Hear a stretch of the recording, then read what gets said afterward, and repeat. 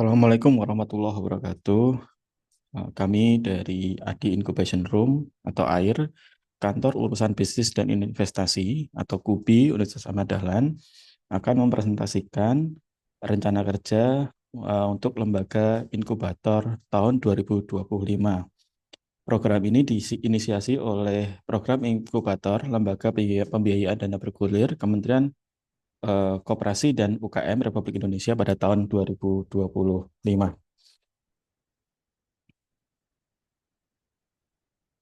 Sebelumnya, kami akan menyampaikan bahwa apa yang kita sampaikan atau apa yang kami sampaikan yaitu dari rencana capaian kerja, kerangka acuan kerja, kebutuhan pendanaan, daftar tenan, pengalaman kerjasama instansi dengan lembaga lain, dan strategi menginkubasi koperasi. Sebelum kami menjelaskan capaian kinerja yang kami akan laksanakan, kami menjabarkan berkaitan dengan apa yang menjadi visi kami, yaitu menjadi pusat inkubator bisnis yang berkemajuan berbasis teknologi pada tahun 2025. Sedangkan visi yang kami akan laksanakan, yaitu yang pertama adalah melahirkan startup baru berbasis teknologi dalam bidang industri kreatif yang adaptif dan inovatif. Yang kedua adalah mengembangkan jejaring yang lebih luas, baik lokal, nasional, maupun internasional. Yang ketiga, mengembangkan sumber daya untuk peningkatan kapabilitas inkubator bisnis. Keempat, memberikan layanan dan sarana prasarana bagi tenan. Kelima, menyediakan layanan pelatihan, konsultasi, dan pendampingan bagi tenan. Adapun tujuan kami sebagai lembaga inkubator yaitu yang pertama, mendukung pertumbuhan startup teknologi di bidang industri kreatif. Yang kedua, meningkatkan kapabilitas dan kompetensi inkubator. Ketiga, memperluas jejaring bisnis dan kolaborasi. Keempat, menyediakan infrastruktur dan sarana berkualitas bagi tenan. Kelima, memberikan layanan pelatihan, konsultasi, dan pendampingan yang komprehensif. Dan yang keenam adalah optimalisasi penelitian dan pengabdian masyarakat. Capaian kinerja yang kami telah lakukan yaitu adalah pertama adalah pinjaman. Jumlah tenan yang mendapatkan pinjaman yaitu minimal 70% tenan didampingi berhasil mendapatkan pinjaman modal kerja dari lembaga keuangan bank atau lembaga keuangan bukan bank. Suku bunga yang kompetitif yaitu minimal 50% tenan mendapatkan pinjaman dengan suku bunga di bawah rata-rata pasar. Yang ketiga adalah kesiapan dokumen kredit tenan, yaitu target kami adalah 100% tenan yang mengajukan pinjaman berhasil menyusun dokumen pengajuan kredit seperti proposal bisnis, laporan keuangan, dan dokumen pendukung lainnya. Capaian kerja yang selanjutnya yaitu berkaitan dengan investasi, yaitu pitch deck tenan yang berhasil diloloskan. Kami mempunyai target 80% minimal tenan berhasil mempresentasikan ide bisnis mereka kepada investor dengan tingkat keberhasilan sebesar 50%.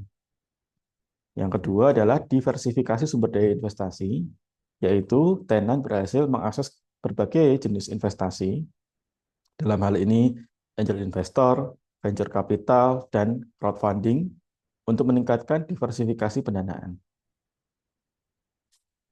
Selanjutnya, jumlah tenan yang berkolaborasi dengan off-taker atau buyer, target kami adalah minimal 60% tenan berhasil menjalin kerjasama dengan off-taker atau pembeli utama, atau buyer, atau pembeli individu atau perusahaan.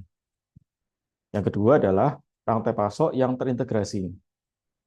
Tenan berhasil masuk ke dalam rantai pasok off-taker sehingga mendukung keberlanjutan operasional mereka. Ketiga adalah pengembangan produk sesuai dengan kebutuhan buyer. Minimal 50% tenan melakukan pengembangan produk atau jasa berdasarkan masukan dari mitra buyer.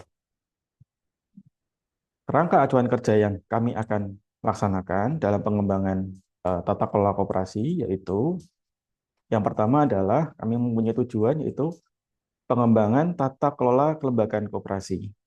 Tujuannya meningkatkan keterampilan dan pengetahuan, menilai kinerja individu, memastikan kompetensi dan integritas.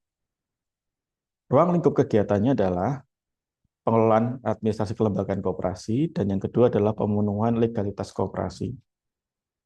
Di mana kegiatan ini kami laksanakan di bulan pertama, yaitu di bulan April, dengan timeline masing-masing kegiatan, masing-masing di 2 pekan, ya, sesuai dengan timeline yang sudah kami tampilkan di layar slide.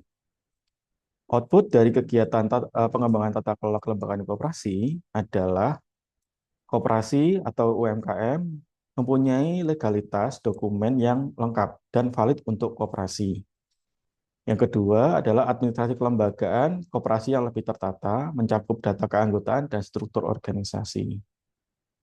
Kegiatan ini dilaksanakan dengan metode pelatihan dan pendampingan tenang. Yang kedua, langkah kedua adalah pengembangan tata kelola usaha koperasi. Kegiatan ini bertujuan untuk meningkatkan kemampuan dalam merumuskan perencanaan strategis dan model bisnis, meningkatkan kemampuan penyusunan efektif SOP atau standar operasional prosedur, dan SOM atau standar operasional manajemen. Yang ketiga, meningkatkan efektivitas aktivitas administrasi bisnis. Keempat adalah meningkatkan penyusunan studi kelayakan usaha atau feasibility study. Yang kelima adalah meningkatkan kemitraan, dan yang keenam, mengembangkan strategi pemasaran. Adapun ruang lingkup aktivitas yang kami laksanakan pada aspek pengembangan tata kelola usaha koperasi, yaitu adalah perencanaan strategis dan model bisnis koperasi. Yang kedua adalah pengembangan atau penerapan SOP dan SOM. Ketiga adalah administrasi bisnis. Keempat adalah studi kelayakan usaha. Kelima, membangun kerjasama dengan mitra, yaitu pemerintah, swasta, maupun dengan lembaga non-profit. Keenam, implementasi anggaran pemasaran, promosi, dan pengembangan produk dan branding baik koperasi maupun UMKM. Kegiatan pengembangan tata kelola koperasi ini kami rencanakan pada di bulan kedua, yaitu 1 bulan di bulan Mei. Dengan jenis kegiatan ada 4, yaitu pelatihan model bisnis usaha koperasi, pelatihan penyusunan SOP dan SOM, pendampingan teknis, dan yang keempat atau yang terakhir adalah monitoring dan evaluasi. Ini kami laksanakan pelatihan model bisnis dan usaha koperasi dan pelatihan penyusunan SOP SOM itu dalam tentang waktu 1 bulan, yaitu bulan Mei. Pendampingan teknis itu kami akan laksanakan itu selama 3 bulan pasca pelatihan, ya, dan yang monitoring dan evaluasi kami laksanakan 3 bulan juga setelah pasca pelatihan. Output yang kami rencanakan atau kami targetkan adalah rencana strategis dan model bisnis koperasi yang terukur dan realistis. Kedua adalah SOP atau koperasi dan UKM ini mempunyai SOP dan SOM yang diterapkan dalam operasional koperasi. Ketiga, mekanisme administrasi bisnis berbasis digital. Keempat, dokumen studi kelayakan usaha untuk masing-masing koperasi.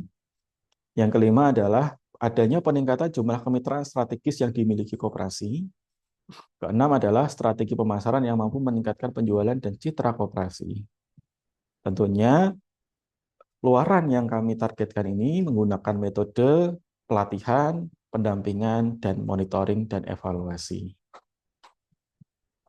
Langkah selanjutnya yaitu pada aspek penguatan tata kelola keuangan koperasi, di mana tujuannya adalah untuk meningkatkan keterampilan SOP dan SOM pengetahuan khususnya pada tata kelola keuangan koperasi. Yang kedua adalah menyusun perencanaan keuangan jangka panjang. Ketiga adalah mengoptimalkan sumber permodalan, terutama permodalan dari internal maupun permodalan dari eksternal. Ruang lingkup kegiatan pada penguatan tata kelola keuangan koperasi ini adalah pertama adalah pelatihan penyusunan SOP dan SOM. Yang kedua adalah pelatihan pencatatan transaksi berbasis digital. Transaksi di sini adalah transaksi keuangan. Dan yang ketiga adalah pendampingan untuk pembuatan laporan keuangan. Di penguatan tata kelola keuangan koperasi, kami rencanakan itu di bulan Juli dan waktunya 1 bulan, meliputi 5 kegiatan, yaitu pelatihan menyusun SOP dan SOM di pekan pertama, pelatihan pencatatan transaksi keuangan sesuai dengan standar akuntansi, ya, maupun standar pengelolaan secara keuangan digital itu kami rencanakan di pekan kedua.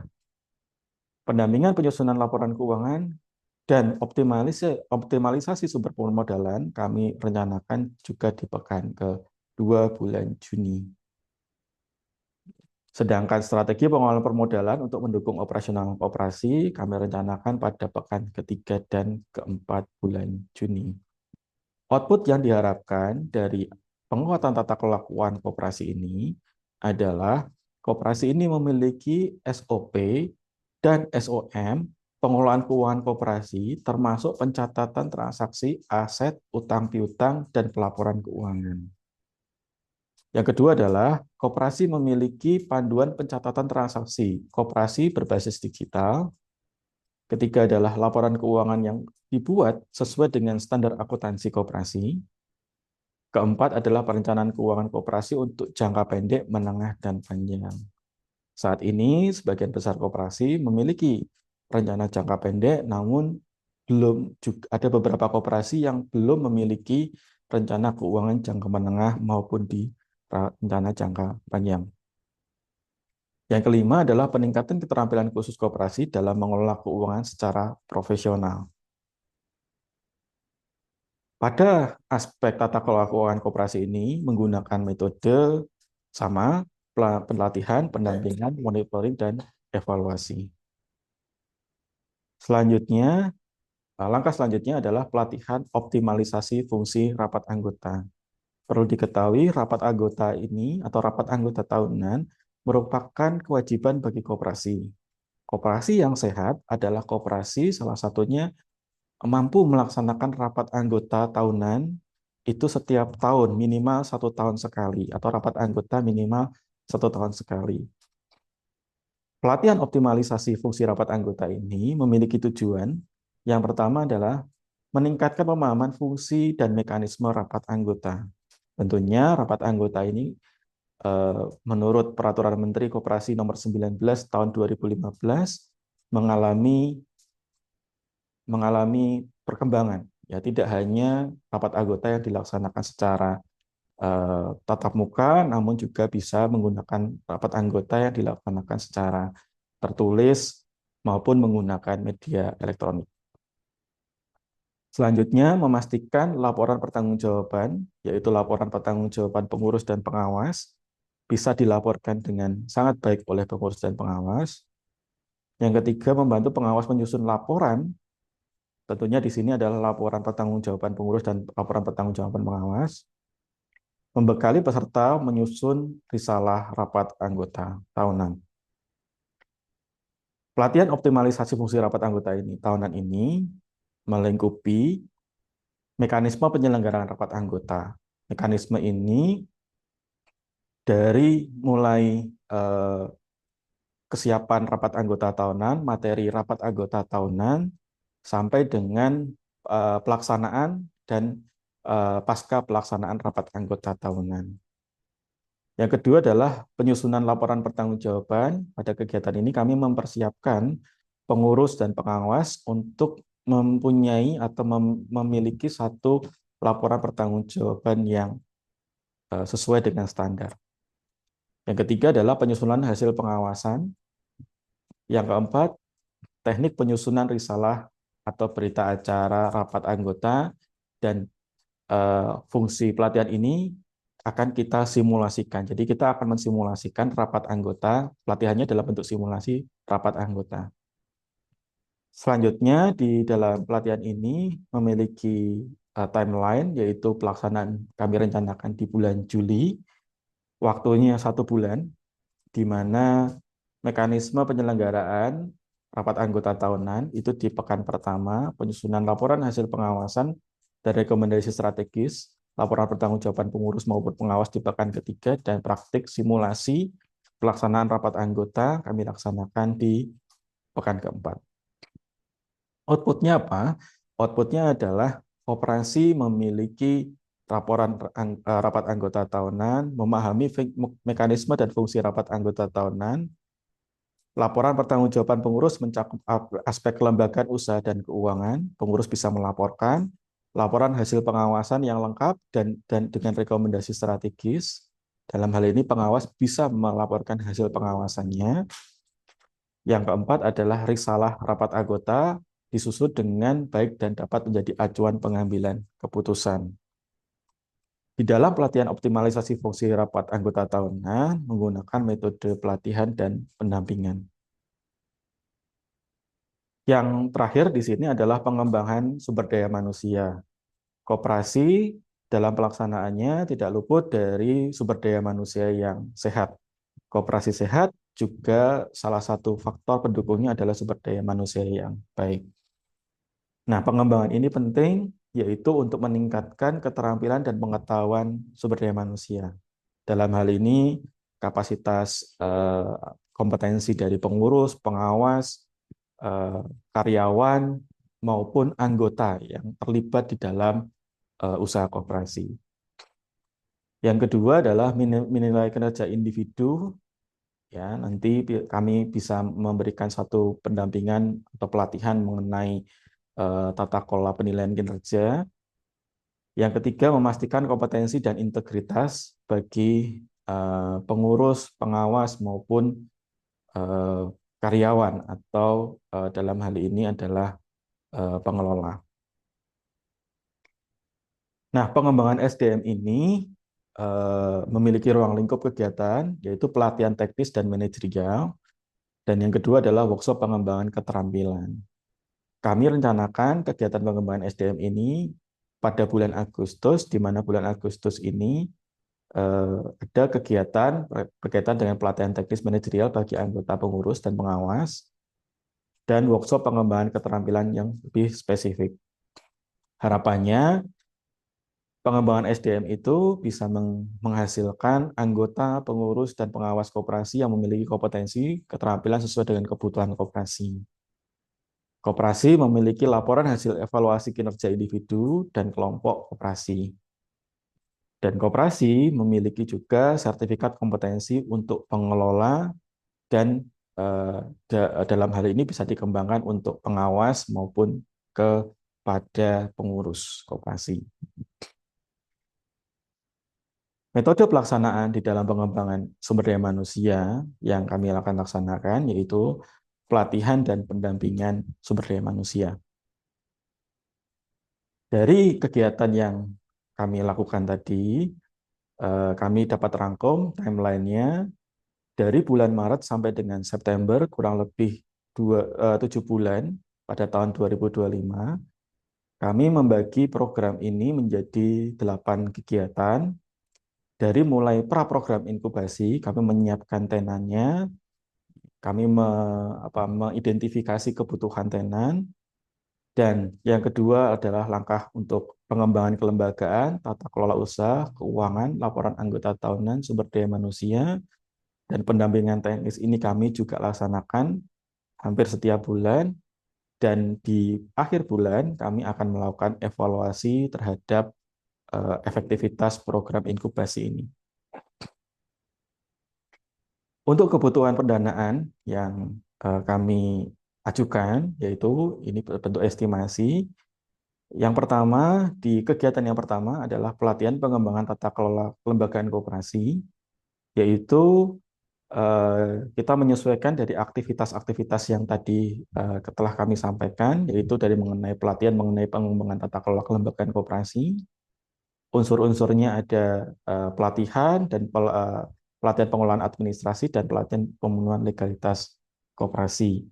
Kami telah merinci terperinci untuk biaya, satuan dan total biayanya, pelaksanaannya, dan kami mengajukan biaya untuk di pelatihan dan pengembangan tata kelola koperasi itu ada di Rp43.200.000. Yang kedua adalah pelatihan pengembangan tata kelola usaha. Mengenai pengembangan tata kelola usaha, yaitu pelatihan model bisnis, penyusunan SOP dan SOM, pendampingan teknis, monitoring dan evaluasi, kami mengajukan anggaran yaitu Rp49.500.000. Yang ketiga adalah pelatihan penguatan tata kelola keuangan koperasi. Aktivitas yang kami laksanakan yaitu pencatatan transaksi keuangan atau pelatihan pencatatan transaksi keuangan. Yang kedua adalah pendampingan atau penyusunan laporan keuangan. Ketiga adalah pelatihan optimalisasi sumber permodalan. Yang keempat adalah pelatihan strategi pengelolaan permodalan untuk operasional operasi. Dana yang kami butuhkan yaitu Rp86.400.000. Selanjutnya, pelatihan sumber daya manusia atau SDM koperasi. Aktivitas yang kami akan lakukan yaitu pelatihan teknis manajerial untuk pengurus dan pengawas koperasi. Yang kedua adalah pelatihan pengembangan keterampilan secara spesifik. Dana yang kami ajukan adalah Rp43.200.000. Yang terakhir di sini pelatihan optimalisasi fungsi rapat anggota tahunan. Ya, eh, aktivitas yang kami lakukan adalah pelatihan tentang mekanisme penyelenggaraan rapat anggota, pelatihan tentang penyusunan laporan keuangan, laporan pertanggungjawaban pengurus, pelatihan tentang penyusunan laporan hasil pengawasan dan rekomendasi strategis, pelatihan tentang penyusunan risalah rapat anggota, dan simulasi pelaksanaan rapat anggota. Kami mengusulkan pendanaan sebesar Rp86.400.000. Sehingga dari yang aspek-aspek yang kami jelaskan sebelumnya, dapat di total anggarannya yang dibutuhkan adalah sebesar Rp308.700.000.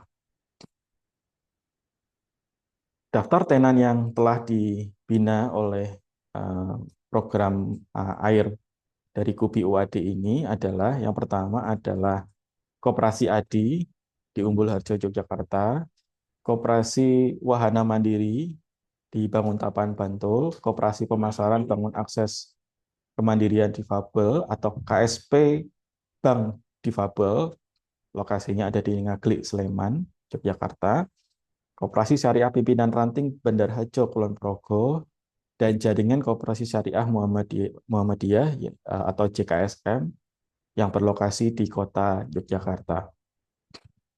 Untuk UMKM, ya, CHC Kota Gede, yang kedua adalah BUMDes Karya Mandiri, Bumi Reja Karangreja Cilacap, KM Aluminium Dusun Kranon, Sorosutan Umbul Harjo, Yogyakarta. Yang keempat adalah Agrowisata Winong, lokasi di Gunung Kidul, Yogyakarta. Payekser Mbak Indah, lokasi di Bambang Lipuro, Bantul. Yang keenam adalah Ikatan Pengusaha Aisyah atau IPAS, Bantul. Dan yang ketujuh adalah Desa Wisata Moro-Oro, Patuk, Gunung Kidul, Yogyakarta. Berikutnya pengalaman kerjasama yang telah kami lakukan, yaitu yang pertama adalah MCAPI antara tahun 2024 sampai dari tahun 2028. Sasaran tenannya yaitu di UMKM di lingkungan perguruan tinggi Muhammadiyah Aisyah dan umum. Daftar tenannya adalah investor bidang obat dan kosmetik, nilai pendanaannya adalah 20 juta rupiah. Yang kedua adalah Desa Bumirja, Karangreja Cilacap, tahun kerjasamanya adalah tahun 2022, sasaran tenannya adalah BUMDes, daftar tenannya yaitu BUMDes Karya Mandiri Desa Bumirja, Karangreja Cilacap. Nilai pendanaannya Rp6.500.000. Dinas Koperasi UMKM Kota Yogyakarta, daftar tenannya adalah Koperasi Adi, Umbul Harjo, Yogyakarta. Dinas Koperasi UMKM Bantul, tenannya adalah Koperasi Wahana Mandiri, Banguntapan, Bantul.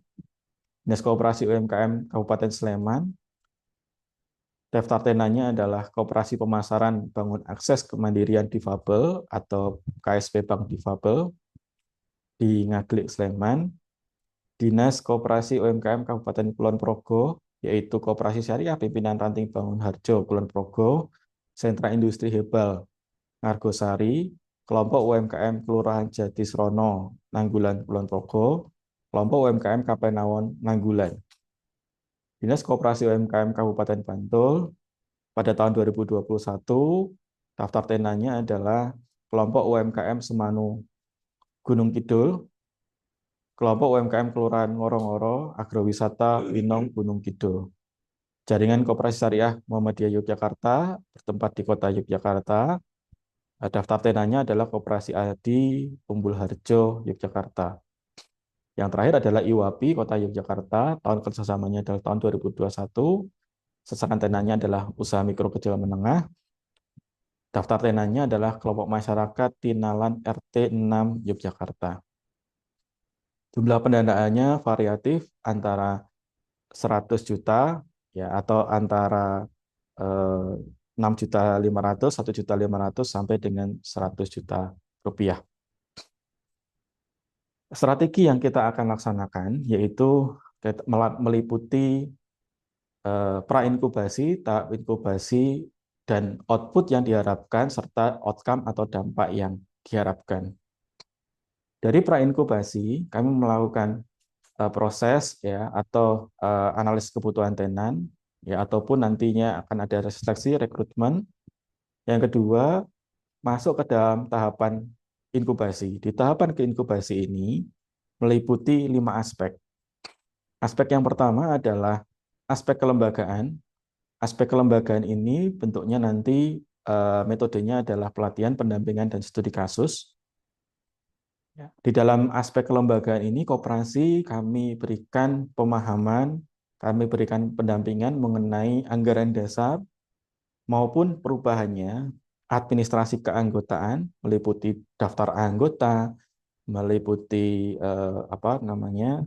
daftar pengurus, daftar pengawas, legalitas badan hukum, alat kelengkapan organisasi, rapat anggota pembagian kewenangan pada rapat anggota, anggaran rumah tangga, peraturan khusus, aspek kepatuhan, badan hukum, perizinan usaha, izin lokasi, nomor induk berusaha, nomor induk koperasi maupun NPWP.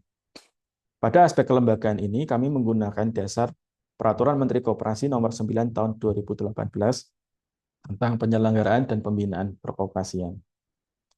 Yang kedua, langkah kedua adalah penguatan dalam tata kelola usaha, di mana penguatan tata kelola usaha ini meliputi pelatihan maupun pendampingan model bisnis, studi kelayakan usaha, analisis kompetitif, karena koperasi dan UMKM ini juga menghadapi persaingan, aspek teknis operasional, distribusi, program kerja, rencana kerja, strategis, rencana anggaran pendapatan belanja koperasi, anggaran rumah tangga, standar operasional prosedur, standar operasional manajemen, administrasi usaha koperasi. Pada aspek tata kelola usaha ini, kami juga mengacu kepada Peraturan Menteri Koperasi Nomor 9 Tahun 2018 tentang penyelenggaraan dan pembinaan perkoperasian. Selanjutnya, kami berlanjut kepada aspek penguatan keuangan koperasi. Penguatan keuangan koperasi ini kami melatih dan mendampingi koperasi ataupun UMKM berkaitan dengan sumber permodalan, yaitu di permodalan koperasi khususnya yaitu ekuitas atau modal sendiri, modal pinjaman, dan modal penyertaan. Di dalam aspek keuangan juga kami memberikan pelatihan dan pendampingan mengenai standar operasional prosedur keuangan, SOP atau SOP pengelolaan aset, dan pencatatan transaksi keuangan maupun laporan keuangan. Pada aspek keuangan ini kami mengacu kepada Peraturan Menteri Koperasi Nomor 2 Tahun 2024 tentang kebijakan akuntansi koperasi. Selanjutnya kami melatih atau mendampingi pada aspek laporan rapat anggota tahunan koperasi. Seperti diketahui bahwa rapat anggota tahunan koperasi ini adalah merupakan kewajiban koperasi, dan jika koperasi tersebut tidak melaksanakan rapat anggota tahunan selama 2 kali berturut-turut, maka koperasi bisa mendapatkan sanksi, yaitu sanksi administratif dari mulai teguran sampai dengan rencana pembubaran koperasi. Maka laporan rapat anggota tahunan ini dirasa penting bagi koperasi karena menjadi salah satu tolak ukur koperasi yang sehat adalah koperasi yang bisa melaksanakan rapat anggota tahunan. Nah, pada aspek ini, pada aspek rapat anggota tahunan, laporan yang kami atau kegiatan yang kami laksanakan adalah koperasi ditargetkan memiliki laporan pertanggungjawaban pengurus dan pengawas. Yang kedua, koperasi bisa memeriksa kesehatan koperasi secara mandiri, yaitu pada aspek tata kelola, profil risiko, kinerja keuangan, dan pemodalan. Pemeriksaan kesehatan yang dilakukan koperasi tersebut adalah menggunakan eh, indikator-indikator maupun aspek-aspek yang telah ditentukan pada Permenkop atau Peraturan Menteri Koperasi Nomor 9 Tahun 2020 tentang pengawasan koperasi dan aturan turunannya, yaitu pada aspek tata kelola, profil risiko, dan kinerja keuangan. Diharapkan output dari pelatihan ini koperasi bisa menilai kesehatannya secara mandiri atau setidaknya mempersiapkan kelengkapan dokumen ketika koperasi itu akan dinilai kesehatannya oleh pemerintah. Dasar yang kita gunakan adalah Peraturan Menteri Koperasi Nomor 19 Tahun 2015 tentang rapat anggota koperasi dan Peraturan Menteri Koperasi Nomor 9 Tahun 2020 tentang pengawasan koperasi. Langkah selanjutnya adalah penguatan SDM koperasi. Tentunya koperasi yang sehat ditopang juga oleh sumber daya manusia yang berkualitas. Metode yang kami laksanakan yaitu pelatihan dan pendampingan. Pelatihannya adalah pelatihan dan pengembangan sumber daya manusia, khususnya pada aspek kompetensinya, dan tidak hanya pada kompetensinya, kami juga memberikan pendampingan mengenai evaluasi sumber daya manusia, fit and proper test. Karena memang fit and proper test ini menjadi keharusan koperasi ini dinilai kesehatannya dan koperasi ini bisa dinilai sehat. Dasar yang kami gunakan yaitu adalah Peraturan Menteri Koperasi Nomor 9 Tahun 2018 tentang penyelenggaraan dan pembinaan perkoperasian. Dari tahap inkubasi yang kami lakukan, kami harapkan outputnya adalah koperasi atau UMKM mempunyai akses permodalan yang meningkat. Jadi koperasi ini bisa memiliki akses permodalan yang lebih baik maupun dari segi kualitasnya maupun dari segi kuantitasnya. Dan outputnya yang kedua adalah koperasi bisa berkualitas. Nilainya adalah berkualitas atau dalam hal ini adalah nilai sehat atau kategori sehat. Dari peningkatan aktivitas atau peningkatan akses permodalan dan koperasi berkualitas tadi, outcome-nya atau dampaknya adalah koperasi itu bisa berkontribusi lebih terhadap PDB. Seperti yang diketahui saat ini, koperasi masih cukup rendah kontribusinya terhadap PDB. Harapan kami dari adanya inkubasi terhadap koperasi ini bisa meningkatkan PDB secara lebih eh, terstruktur atau secara lebih meningkat. Oke, berikut telah kami paparkan mengenai program yang kami akan sampaikan. Terima kasih, kurang lebihnya kami mohon maaf. Akhirul kalam, wassalamualaikum warahmatullahi wabarakatuh.